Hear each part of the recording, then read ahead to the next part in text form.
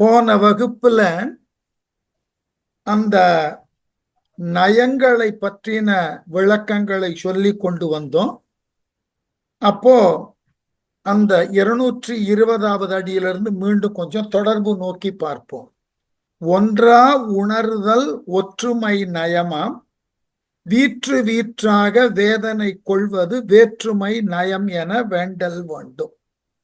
ஒன்றாக ஒரு பொருளின் கண் உள்ள ஒன்றினை பிற பொருளினோடு ஒற்றுமைப்படுத்தி பார்ப்பது ஒற்றுமை நயம்.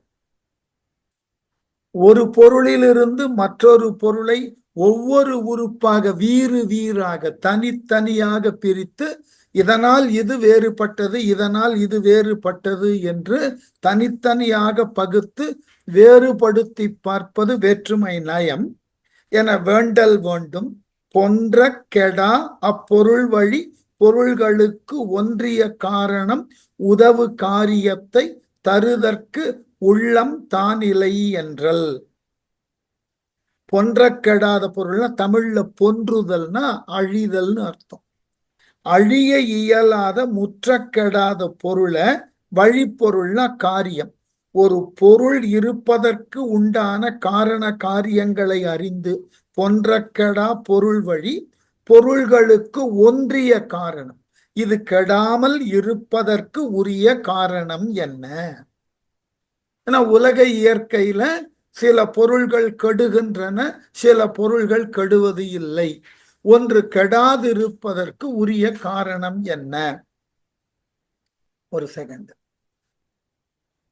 சூப் செஞ்சிருங்க. ரசம் சூப்ல எல்லா காய்கறியும் பழைய பீட்ரூட்டோட போட்டிருக்கேன்.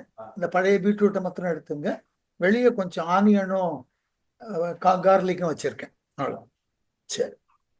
அப்போ சில பொருள்கள் கெடாது இருக்கக்கூடிய அளவில் அதன் காரணம் என்ன? அதுதான் ஒன்ற கெடா பொருள் வழி பொருள்களுக்கு ஒன்றிய காரணம் உதவு காரியத்தை.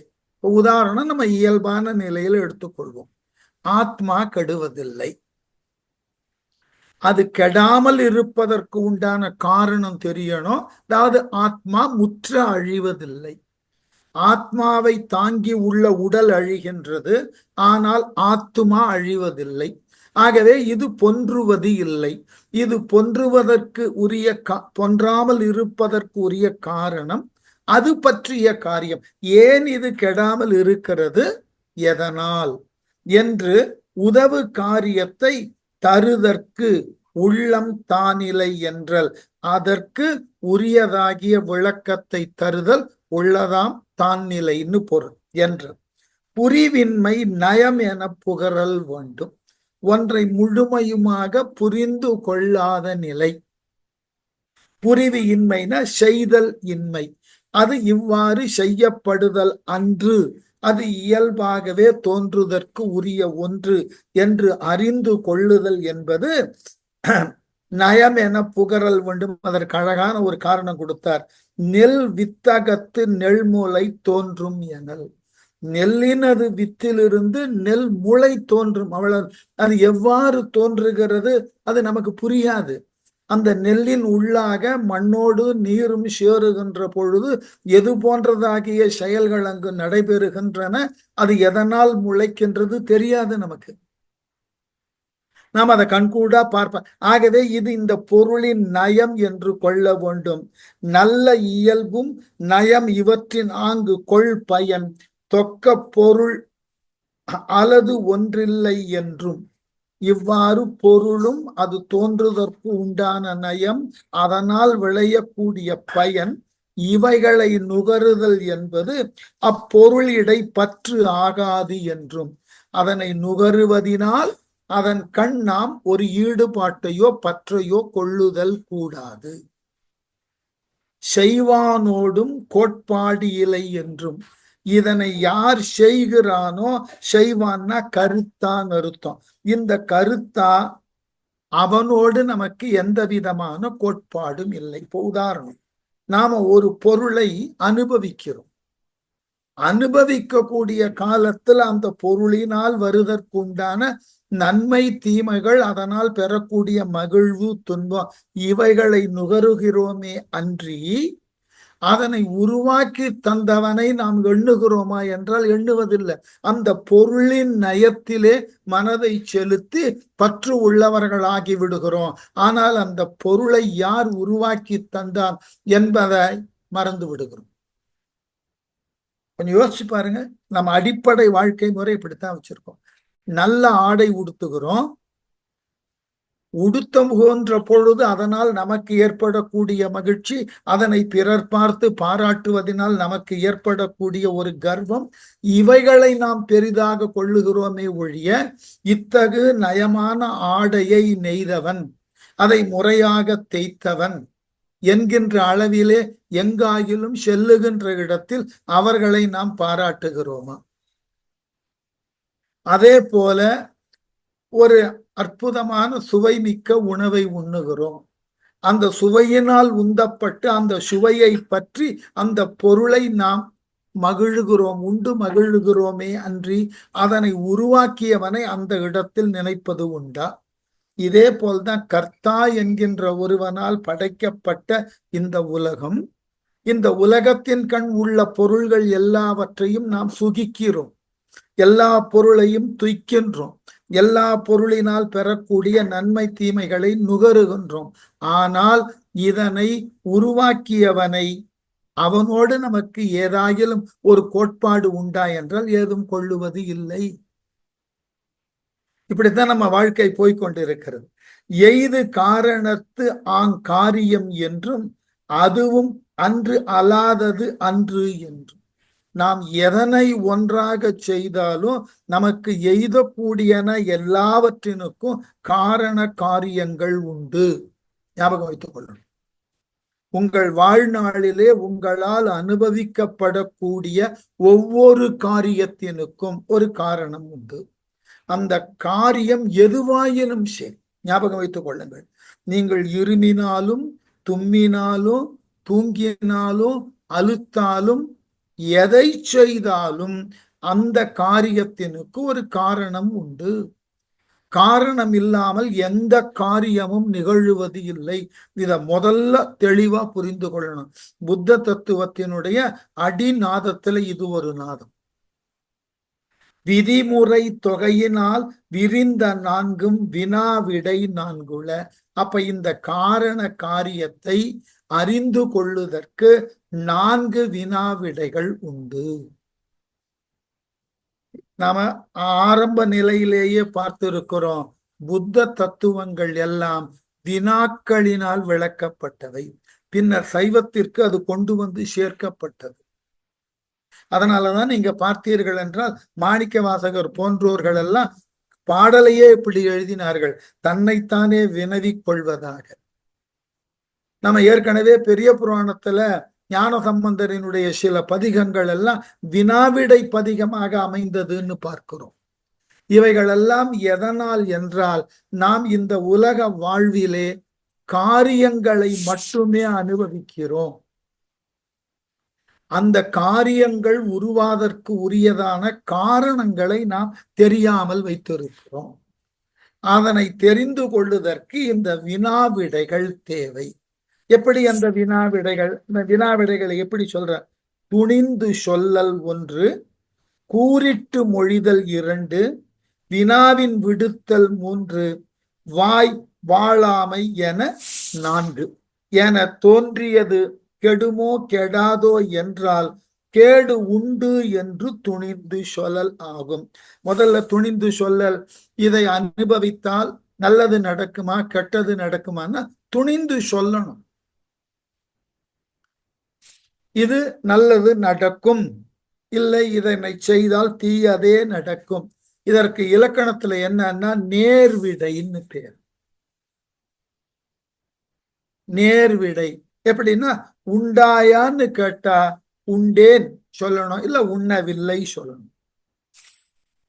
இதுக்கு நேர்விடைன்னு பேரு, துணிந்து சொல்ல.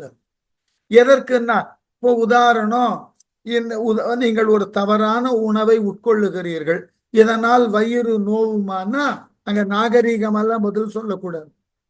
நோவும் தெளிவா சொல்லணும். அதற்குத்தான் துணிந்து சொல்லல். ஏன்னா தத்துவத்துல இது ரொம்ப பெரிய அடிப்படை. ஞாபகம் வச்சு, ஒரு இறை கோட்பாட்டை உணருகின்ற பொழுது தயவு செய்து தயக்கத்திற்கு இடம் இருக்கக்கூடாது. கேட்கப்பட்ட கேள்விக்கு துணிந்து பதில் சொல்லணும். இவ்வாறு வழிபட்டால் இறையருள் கிடைக்குமா? கிடைக்கும். இல்ல கிடைக்காது சொல்லணும். துணிந்து சொல்ல. தோன்றியது கெடுமோ கெடாதோ என்றால் கேடு உண்டு என்று துணிந்து சொல்லல். யோசிக்க கூடாது. அடுத்து, செத்தான் பிறப்பானோ பிறவானோ என்று செப்பில் பற்றி இறந்தானோ வன்மகனோ எனல். இப்ப அடுத்த கேள்வி என்ன? கூறிட்டு மொழிதல். இறந்தவன் பிறப்பானா பிறக்க மாட்டானான்னு கேட்டா நாம எதனை கூற? ஏற்கனவே இறந்தவன் பிறந்ததை பார்த்து இருக்கிறாயா? குறைந்தபட்சம் கேள்வியாவது பட்டு இருக்கிறார். ஒரு அழகான இடம். புத்தரே தன் வாழ்க்கையில கடைபிடித்ததாக சொல்லக்கூடிய இடம். இந்த ஆசிய ஜோதியில கவிமணி எழுதி காண்பித்தார். ஒரு புத்தர் அந்த கிராமமாக சென்று போதனைகளை செய்து கொண்டிருந்த பொழுது ஒரு கிராமத்துல ஒரு தாயானவள் தன் கையில தன்னுடைய குழந்தை இறந்து கிடக்க, அந்த இறந்து கிடந்த குழந்தைய புத்தன் காலடியில போட்டுட்டு, நீர் இவ்வளவு பெரிய மகான், இவ்வளவு பெரிய உயர்வு உடைய சிந்தனையாளன், உம்மால் செய்ய முடியாதது ஏதும் இல்லை, இந்த குழந்தைக்கு உயிர் தாரும்னு கேட்பார். இவர் புத்தர் என்னென்னமோ சொல்லி பார்ப்பார். இல்லை அம்மா, பிறந்தால் என்றால் இறந்தே ஆக வேண்டும், இதை தவிர்க்க முடியாதெல்லாம் சொல்லி பார்ப்பார். அந்த பெண் கேட்க மாட்டார். இல்ல இல்ல, உங்களால் இது முடியும், நீங்கள் எனக்காக மறுக்கிறீர்கள்னு சொல்லி வருத்தப்படுவார். புத்தருக்கு வேறு வழி இல்லை, இவளுக்கு உண்மையின் நிலையை புரிய வைக்க வேண்டும்னு, சரி உன் குழந்தையை நான் உயிர்ப்பித்து தருகிறேன், ஆனால் நீ ஒன்று செய்ய வேண்டும். அருகில் உள்ள கிராமத்தினுக்கு சென்று கொஞ்சம் கடுகு வாங்கி வா. யாரேனும் ஒரு இல்லத்தில் இருந்து, எந்த இல்லத்தில் கடுகை நீ வாங்குகிறாயோ அந்த இல்லத்தில் இதுகாரும் மரணம் என்கின்ற ஒன்றை அவர்கள் பார்த்திருக்க கூடாது. இதுகாரும் மரணத்தையே கண்டிராத வீட்டிலிருந்து சிறிது கடுகு வாங்கி வா, அதனை கொண்டு உன் பிள்ளைக்கு நான் உயிர் தருகிறேன். இவ்வளவு ஆர்வமாக ஓடுவாள். ஒவ்வொரு வீட்டிலும் கடுகு இருக்கும். ஆனால் அவர்கள் சொல்லுவார்கள், இல்லை இல்லை, எங்கள் வீட்டில் ஏற்கனவே என் பாட்டன் இறந்திருக்கிறான், அவனுக்கு மேலானவன் இறந்திருக்கிறான், மரணம் என்பது எங்கள் வீடுகளில் நடந்திருக்கக்கூடிய ஒன்றுன்னு எல்லோரும் சொல்லுவார்கள். ஒவ்வொரு வீடாகி இவள் சென்று கேட்க கேட்க ஒவ்வொரு வீட்டிலும் மரணம் என்பது நடந்திருக்கிறது என்று சொன்னதற்கு பிறகு இவளுக்கு உண்மை புரியும். ஆம், மரணம் என்பது தவிர்க்க முடியாது. அப்ப கூறிட்டு உரைத்தல்னா புத்தரே அதான் சொல்றார். நீ மரணத்தை தவிர்க்க வேண்டும், உன் பிள்ளைக்கு உயிர் பெற வேண்டும், உயிரை நான் திருப்பி தர வேண்டும்னா மரணம் இல்லாத வீடு ஏதாயிலும் ஒன்று உண்டா பார்த்துவா. ஆகவே இதுக்கு முன்னாடி மரணம் இல்லாதவர்களை நீ பார்த்ததில்லை, மரணித்தவர்கள் யாரும் பிழைத்ததை பார்த்ததும் இல்லை, கேட்டதும் இல்லை. அப்ப இவன் பிழைப்பானா? இறந்தவன் பிழைப்பானா? மாட்டானா? பிழைக்க மாட்டான். கூறிட்டு காட்டு. இதனால் இது என்று சொல்லுதல் என்று செப்பின் பற்றி இறந்தானோ வன்மகனோ எனல் மிக கூறிட்டு மொழிதல் என விளம்புவர். வினாவின் விடுத்தல் முட்டை முந்திற்றோ பனை முந்திற்றோ என கட்டுரை செய் என்றால் எம்முட்டைக்கு எப்பனை என்றால் வினாக்கு. நமக்கு இந்த கேள்விக்கு ரொம்ப நிறைய, இதுக்கு பேரு தமிழ்ல என்ன சொல்லுவார்கள்? வித்தண்டாவாதம்னு பேர். அதான் பின்னாடி விதண்டாவாதம்னு பார்த்து மாறிற்று. வித்து அண்டா. வித்துனா விதை, அண்டானா முட்டை, அண்டம். வித்து அண்டவாதம் சேர்த்து சொல்லும் போது விதண்டாவாதம்னு மறுவிட்டது. விதை முந்தியதா செடி முந்தியதான்னு கேட்டா என்ன பதில் சொல்லுவோம்? முட்டை முந்தியதா, அதிலிருந்து வரக்கூடிய குஞ்சு பறவை முந்தியதா? எது? எதற்கு? இதுக்கு பேருதான் என்னன்னா வினாவின் விடுத்தல். இந்த வினாவுக்கு பதிலே கிடையாது. வினாவை வினாவாக எது முந்தையது தெரியாது. இப்ப மற்றைய மதங்கள்லாவது ஒரு தெளிவை கொடுத்து விடுகிறார்கள், இறைவன் எல்லாவற்றையும் அப்படியே படைத்தான் என்று. ஆனால் அவர்களுக்கு குழப்பம் இல்லை. பறவை முந்தியதா, அதனது முட்டை முந்தியதுன்னா பறவை முந்தியது. இறைவன் பறவையை படைத்தான், முடிஞ்சு போச்சு. அது போல குழந்தையிலிருந்து மனிதனா, மனிதனிலிருந்து குழந்தைனா, தன் உருவத்திலும் தன் சாயலிலும் இறைவன் மனிதனை படைத்தான், மனிதனாவே படைச்சுட்டான், முடிஞ்சு போச்சு. அந்த மனிதன் தன் விலா இளம்பிலிருந்து தனக்குரிய துணையை படைத்து கொண்டான், ஆதாம் ஏவாள் கதை முடிஞ்சு போயிடுது. மற்றைய மதங்கள் இந்த ஒரே கருத்தை எல்லாம் படைத்தது முழுமையுமாக இறைவன் படைச்சுட்டான். ஆனா நம்ம கிட்ட இன்னைக்கு அந்த குழப்பம் இருக்கு, எது முந்தியது, பித்தா அல்லது முட்டையா? இது வினாவை வினாவாகவே விட்டு விடுகிறோம், இது வரைக்கும் பதில் சொல்ல தயாராக இல்லை. இதுக்கு பேரு விதண்டாவாதம். வாதத்திற்கு விளக்கம் சொல்லலாம், இந்த வித்து அண்ட வாதத்திற்கு விளக்கம் கிடையாது. ஆகவே பனை முந்திற்றோ என கட்டுரை செய் என்றால் எம்முட்டைக்கு எப்பனை என்றல். எந்த முட்டைக்கு, எந்த பனைக்கு, எந்த வித்துக்கு எது முந்தியது தெரியாது. ஆகவே தெரியாத ஒன்றை வினாவினை வினாவாக விடுதல். வாய் வளாமையாக அப்பு பழையதோ புதியதோ என்று புகழ்வான் உரைக்கும் மாற்றம் உரையாதிருத்தல். அப்போ வாய் வளாமைன்னா ஒரு பூவை காட்டி இது புதியதோ பழையதோன்னு கேட்டா அதற்கு பதில் வாய் வளாமை.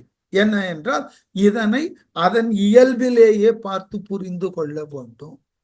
புதிய பூ என்றால் அதனுடைய இதழ்கள் எல்லாம் வாடி இருக்காது, அவைகளெல்லாம் தொட்டால் உதிராது.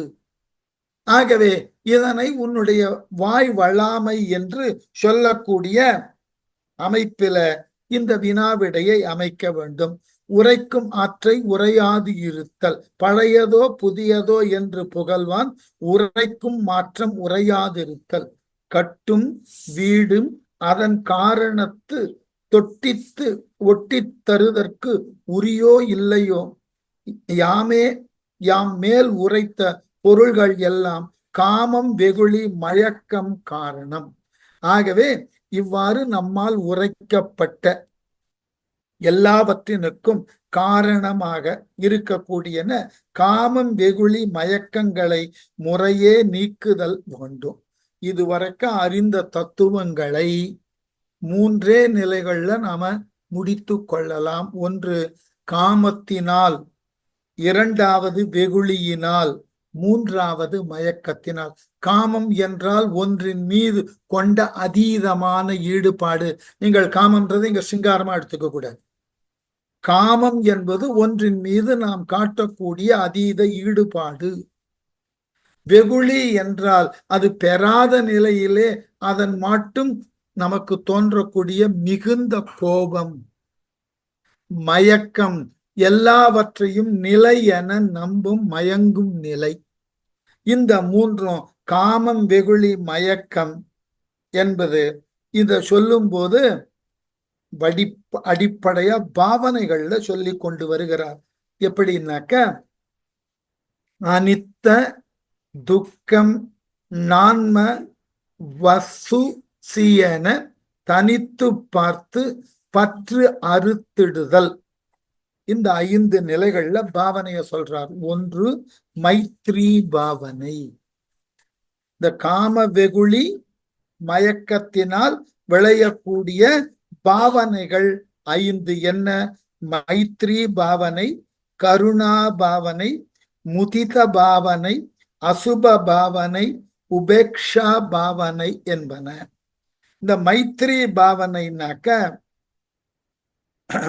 ஒரு விளக்கம் சொல்றார். ஒரு துறவி வசதியான ஓரிடத்தை அடைந்து தக்க ஆசனத்தில் இருந்து பின்பு பின்வருமாறு தியானிக்கிறான். எப்படி? உத்தமமான பிறப்பினை உடைய பிராணிகளெல்லாம் களிப்புற்று வாழ்வன ஆகுக. அவையெல்லாம் துக்கம் வியாதி துராசை எனும் இவைகளிலின்று விடுபட்டன ஆகுக. எல்லா மனிதர்களும் எல்லா தேவர்களும் நரவாதையினால் பீடிக்கப்படுகிற யாவரும் சந்தோஷம் உடையவர்கள் ஆகுக. அவர்கள் துக்கம் வியாதி துராசை என்னும் இவற்றினின்றும் விடுபட்டவர்கள் ஆகுக அப்படின்னு தியானிக்கிறான. இதுக்கு பேர் என்னன்னா மைத்ரீம் ஸ்நேகம், அன்பு. நமக்கு ஒரு பாட்டு இருக்கு தெரியுமா? மைத்ரீம் பச்சத்தி, அன்புன்னு பொருள். ஒரு துறவி தான் தியானிக்கின்ற பொழுது தன்னுடைய நலனை மட்டும் சிந்திக்காமல் தான் வாழக்கூடிய உலகின் கண் உள்ள உயிர்களின் நலனை சிந்தித்து அவைகளுக்கும் துன்பம் வாராது இருக்க வேண்டும் என்று எண்ணுதல் இருக்கிறது அல்லவா, அதுக்கு பேர் மைத்ரீம் பாவனைன்னு பேர். தாய்மானவர் சொன்னார் இல்லையா, எல்லாம் இன்புற்றிருக்க வேறொன்றும் அறியேன் பராபரமே. வடமொழியில சொல்லுகிறோம் அல்லவா, மிக அழகான சர்வஜனா சுகினோ பவந்து. இதுக்கு பேரு மைத்ரீம் பாவனைன்னு பேரு. இதுதான் மெஞ்ஞானத்தினுடைய உச்ச நிலை. எல்லோரும் நன்றாக இருக்க வேண்டும், எல்லோரும் நிறைவாக இருக்க வேண்டும், எல்லோரும் எல்லாம் பெற வேண்டும் என்று உலக உயிர்களை அன்பு பொருந்த நேசித்தல், அந்த காம வெகுளி மயக்கத்தை கடந்தால் இது முதல்ல கிடைக்கும். எல்லோரையும் ஒப்ப பார்த்தல், எல்லோரையும் ஒன்றாக எண்ணுதல். அடுத்தது கருணா பாவனைன்னா, வறுமையில் உள்ளவர்களுக்கு வறுமை நீங்கி செல்வம் உடையவர்கள் ஆகுக, இது கருணை. அறியாமை உடையவர்கள் அறியாமை நீங்கி நல்ல ஞான வழியை பெறுங்கள் என்று சொல்லுதல் கருணாபாவம். எப்படின்னா, ஒரு பிராணி துன்பம் உறுவதை பார்த்தோ அல்லது இதெல்லாம் புத்தர் வாழ்க்கையில நடந்தது. அந்த துன்பத்தை போக்குறது. நான் வேடிக்கையா சொல்லுவேன், ஆச்சரியமான விஷயம், எவ்வளவு உலகளாவிய நிலையில இது வந்திருக்குன்னு பாருங்க. உங்களுக்கு அப்ரஹாம் லிங்கனை தெரியும் இல்லையா, அமெரிக்காவினுடைய முன்னாள் ஜனாதிபதி. அவர் தன்னுடைய சக அரசியல் உறுப்பினர்களோடு வீதி வழியே நடந்து சென்று கொண்டிருக்கிறார். அப்பொழுது ஒரு பன்றி குட்டி ஒரு கழிவு நீர் போகக்கூடிய பாதையில விழுந்து வெளியே வர இயலாமல் கத்திக்கொண்டே இருந்தது.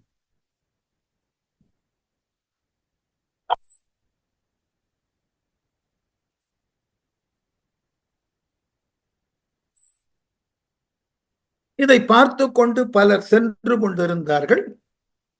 ஆப்ரஹாம் லிங்கன் குனிந்து மண்டியிட்டு அந்த புறநீர் கழிவு நீர் செல்லக்கூடிய பாதையிலிருந்து அந்த பன்றிக்குட்டியை எடுத்து வெளியே விட்டார். அந்த மகிழ்வோடு ஓடியது. சக நண்பர்கள் எல்லாம் அப்ரஹாம் லிங்கன் இந்த செயலை பார்த்து சொன்னார்கள், பாருங்கள் எவ்வளவு பொதுநலத்தோடு இவர் செயல்படுகிறார் அப்படின்னு. அதுக்கு அப்ரஹாம் லிங்கன் ஒரு அழகான பதில் சொன்னார், இல்லை இது பொதுநலம் இல்லை, தன்னலம். இந்த பன்றிக்குட்டியினுடைய வேதனை, அதனால் எழுப்பப்படக்கூடிய ஓசை, அதனுடைய அவல ஒலி எனக்கு துன்பத்தை தருகிறது. அப்ப நான் எனது துன்பத்திலிருந்து விடுபட வேண்டும் என்றால் அது அவலத்தோடு கத்துவதை நிறுத்த வேண்டும். அதனை நான் நிறுத்த வேண்டும் என்றால் அது துன்பம் தரக்கூடிய அந்த இடத்திலிருந்து எடுத்து வெளியே விடும். அதை செய்தேன். ஆகவே நான் தன்னலத்தோடு தான் செய்தேன், என் துன்பத்தை போக்கிக் கொள்ள அதை விடுவித்தேன். இந்த நிலை இருக்கு பாருங்க, பரிபூரண நிலை. இது ஒரு அரசியல்வாதி சொன்னதனால இது குறைவுடைய சித்தாந்தம் இல்லை. இதுதான் புத்தர் எதிர்பார்த்தார். இதுதான் ஒரு பரிபூர்ணமான நிலை.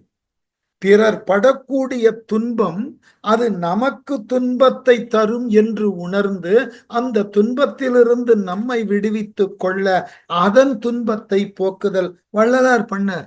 வாடிய பயிரை கண்ட போதெல்லாம் வாடினே. அது ஏன் வாடிற்று? அதற்கு உண்டான நீர், அதற்கு உண்டான உதவி எல்லாம் செய்து அது தளர்ச்சி அடையாமல் இருக்க வேண்டும்னு பார்த்து கொண்டார். ஏனென்றால் அது வாடுவதை பார்த்தால் எனக்கு வாட்டம் வருகிறது, என் வாட்டத்தை போக்க வேண்டும்னு அதனுடைய வாட்டத்தை போக்க வேண்டும். இதுக்கு பேரு கருணா பாவனைன்னு பேர். புத்தர் சொன்னதை விட ஒரு படி மேலே.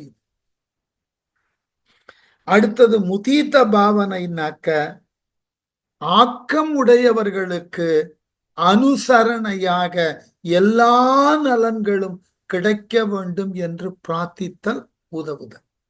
முயற்சியோடு ஒருத்தன் இருக்கான், சோம்பல் இல்லாமல் அவன் முயலக்கூடிய முயற்சியெல்லாம் அவனுக்கு வெற்றியை தர வேண்டும். அதற்கு உரியதாகிய துணை எதுவோ அதை நாம் செய்து தர வேண்டும் என்று அந்த முதித பாவனை இருக்கணும் நமக்கு. இவன் நல்லா செய்யறானா, கூட நின்று கெடுக்கலாம் கூடாது. நம்மால் ஒன்றை செய்ய முடியாத நிலையில மற்றொருவன் முயன்று அதை செய்ய முன் வருகிறான் என்றால் நம்மால் இயன்ற உதவியை செய்யணும். இதுக்கெல்லாம் நான் விஞ்ஞானத்திலிருந்து தான் பதில் சொல்ல முடியும். நடந்தது, சொல்லியிருப்பேன் இது ஏற்கனவே வகுப்புல வேற ஒரு செய்திக்காக. மின்சார விளக்கை கண்டுபிடித்த எடிசன் அவர்களுடைய கோட்பாடு என்ன, ஒரு வெற்றிடத்துல கார்பன் இழைகள்ல 2 முனைகளில் இந்த மின்சாரத்தை செலுத்தினால் அது ஒளிரும். இதான் அவர் கண்டுபிடிச்ச. அந்த வெற்றிடத்தை உருவாக்கக்கூடிய அந்த மின்சார பல்பை உருவாக்கிட்டார். உள்ள வைக்கக்கூடிய கார்பன் இழை அது இயற்கையிலேயே எங்காகிலும் கிடைக்கிறதுனா ஒவ்வொரு தாவரத்தினுடைய நாரை எடுத்து அதை காய வைத்து அதை கொளுத்தி பார்த்தா அந்த இழை அருகாமலா இருக்கிறதுன்னு பார்த்தா எல்லாம் பொடி பொடியாகவே போகிறது, எதுவும் இழையாகவே நிக்கல. பின்னாடி ஆஸ்பெஸ்டாஸ் வந்தது, டங்ஸ்டன் வந்தது, அதெல்லாம் பின்னாடி. இவர் காலத்துல அதெல்லாம் கிடையாது. இப்படி ஒவ்வொரு விதமாக 1500 தாவரத்தை சோதிச்சுட்டார். உடனே அவருடைய உதவியாளர் சொன்னா, இதுல நம்ம இறங்கவே வேண்டாம், நாம செய்த முயற்சி எல்லாம் வீணாயிற்று, ஆகவே விட்டுள்ளான். எதுவும் வீணாகல. எனக்கு பின்னாடி வரக்கூடிய அறிவியல் ஆளுனுக்கு இந்த 1500 தாவரத்திலிருந்து கரிம இழை எடுக்க முடியாதுன்ற உண்மையை நாம் பதிவு செய்திருக்கோம். பின்னாடி வரவே இந்த 1500 தாவரத்தை விட்டுட்டு அடுத்த தாவரத்தை தேடிட்டு போலாம் இல்லையா? இதுக்கு பேர் தான் முதித பாவம். எவனேனும் ஒருவன் முயற்சி செய்கிறான்னா அதற்கு அனுசரணையா, அதற்கு துணையா நம்மால் இயன்றதை உதவணும். அடுத்தது அசுப பாவனை என்பது அமங்கலம், நல்ல அதிர்ஷ்டத்திற்கு எதிரான ஒரு தவறான ஒன்று ஒருவனுக்கு வருகிறதுன்னா அதை கூடிய மட்டும் முன்னின்று நாம தடுத்தோம். நல்ல முயற்சியில இருக்கிறவனுக்கு தேவையில்லாதது ஏதாயிலும் ஒன்று வருகிறதுன்னா அதை நாம முன்கூட்டியே அறிந்திருந்தால் அதை அவனிடம் சேர ஒட்டாமல் தடுத்து விலக்கினா அவன் தொடர்ந்து நல்லதை செய்யும். அசுப பாவனை, நல்ல விதமான செயல் செய்யறவனுக்கு கெட்டது எதுவும் வந்துவிடக்கூடாது. வருவதாக இருந்தால் நாம அதை தெரிந்திருந்தால் அதை போய் தடுக்கணும். நல்லா வரட்டும், நல்லா அனுபவிக்கட்டும், தான் பெரியவன் ரொம்ப பெருசா பண்ணிக்கிட்டு இருந்தான்ல, அனுபவிக்கட்டும், சொல்லக்கூடாது. அவனுக்கு உண்டான கோடு ஏதாயிலும் வருகிறது என்பதை நாம் முன்கூட்டியே தெரிந்திருந்தால் அதை முன்னின்று தடுக்க வேண்டும்.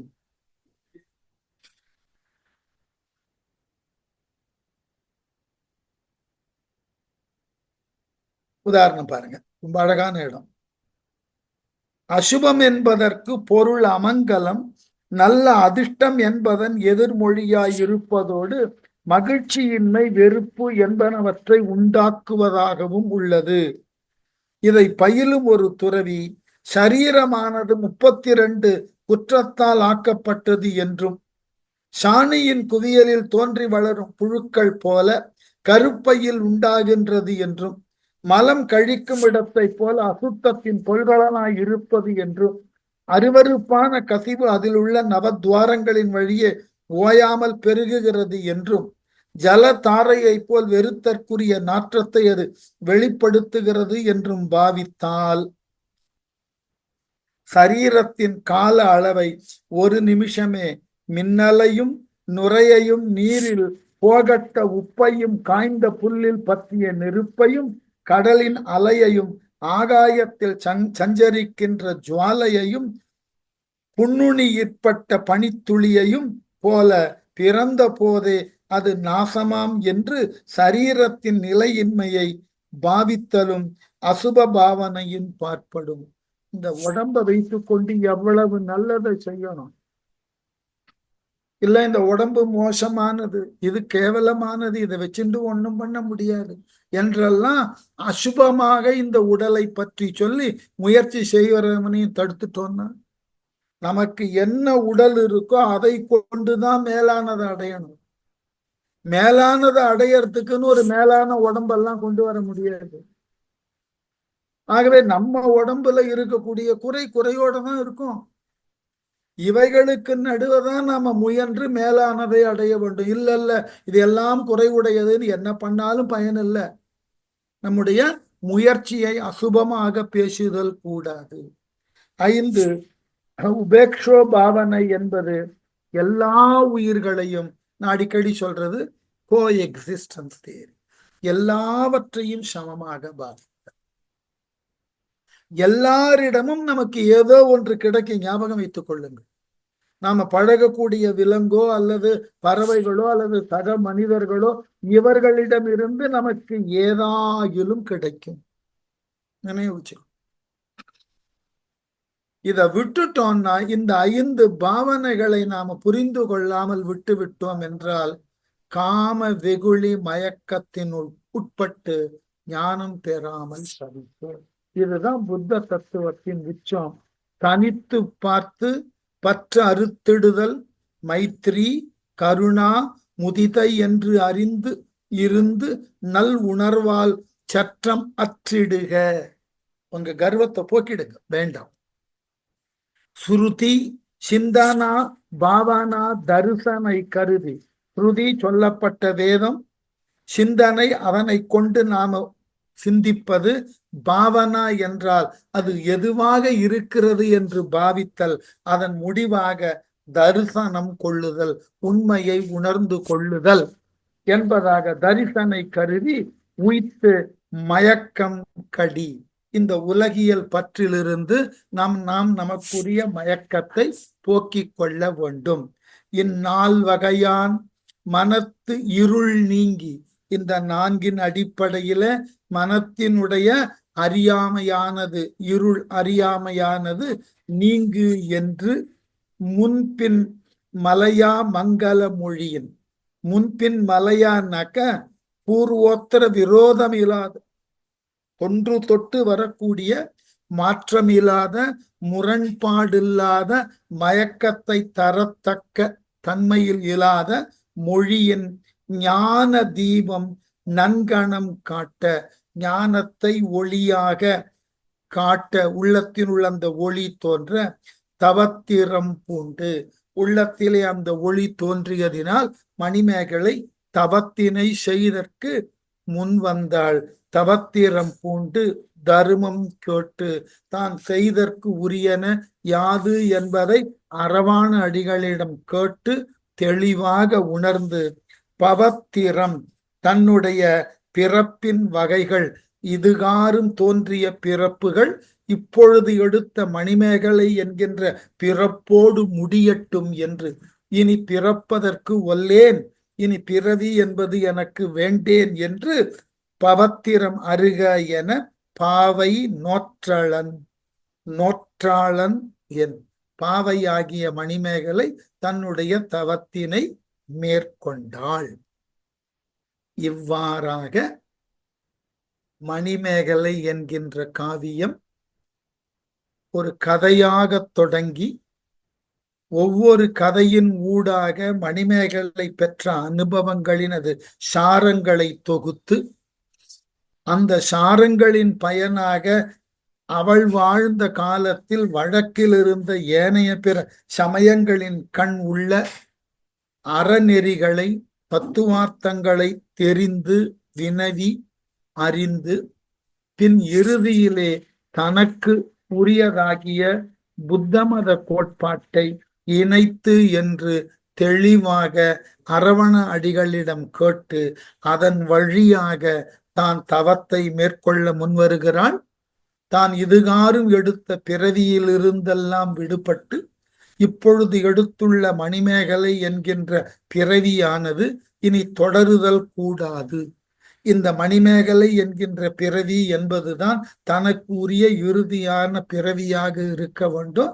இனி புத்தனது திருவடியையே சென்று அடைந்து அங்கு பொருந்தி இருக்க வேண்டும் என்ற எண்ணத்தினால் உந்தப்பட்டு தனது பிறவியினை அறுக்க மேலான ஞானத்தை பெற அவள் நோக்கத் தொடங்குகிறாள்.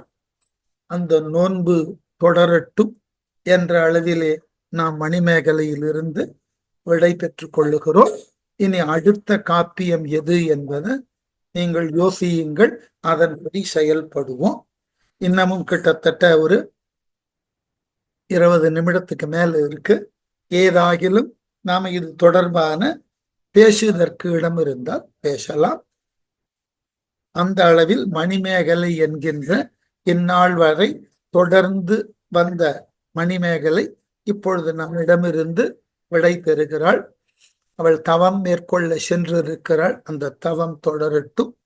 இந்த உலகம் நல் அறத்தினால் தழைக்கட்டும். நன்றி.